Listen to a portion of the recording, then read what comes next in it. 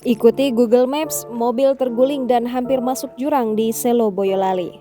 Postingan video mobil hampir masuk jurang yang diunggah oleh @pawartoskartasura pada Minggu 24 Oktober 2021 viral di media sosial. Di video itu tampak satu unit mobil terguling dan hampir masuk ke jurang di Selo Boyolali, Jawa Tengah.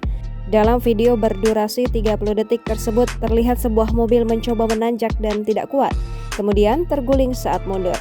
Informasi yang dihimpun tribunsolo.com, sopir mobil tersebut menggunakan Google Maps untuk mencari arah. Beruntung ada tiang di sisi jalan yang menahan mobil yang terguling itu, sehingga tidak terperosok ke dalam jurang yang ada di sisi kiri jalan. Unggahan tersebut juga disertai keterangan sebagai berikut.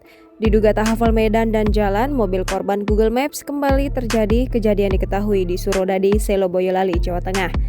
Peristiwa tersebut dibenarkan oleh Kapolsek Selo AKP Marianto.